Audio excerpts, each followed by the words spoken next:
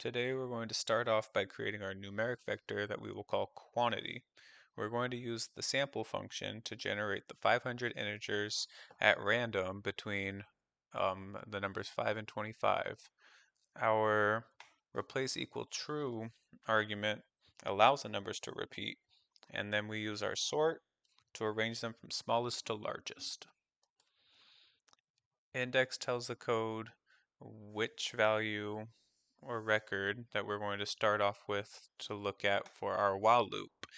And then our while loop will look over each value in the quantity vector until it finds the values that are greater than 23, and we'll print out our message that says that a quantity greater than 23 units has been found in the following records, and list them out here for us.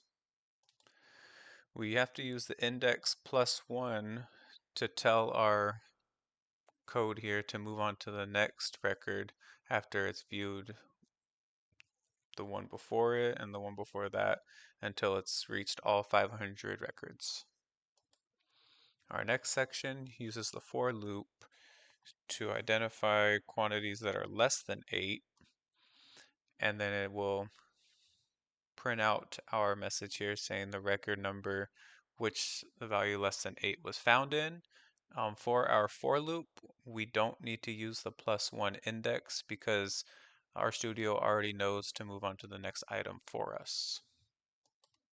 Lastly, we're going to do our repeat loop to find the numbers in our index that are between 9 and 10. Here again, we will need to tell the code to move on to the next number after viewing the first index. One thing with the repeat loop is they'll continue to run indefinitely until they reach a break statement.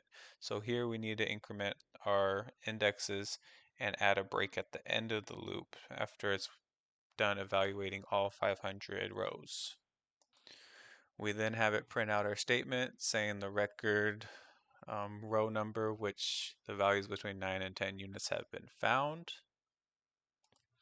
And the biggest challenge of this one is just remembering to add our break statement into the loop so this way it doesn't run indefinitely and cause anything to crash or get lost while running.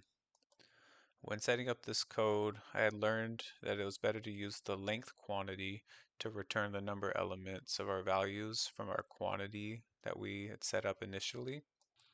It's better than hard coding the number into each of these loops that we want to run, and it also allows us to reuse the code if we ever wanted to adjust that value from 500 to any other number that we wanted to look through.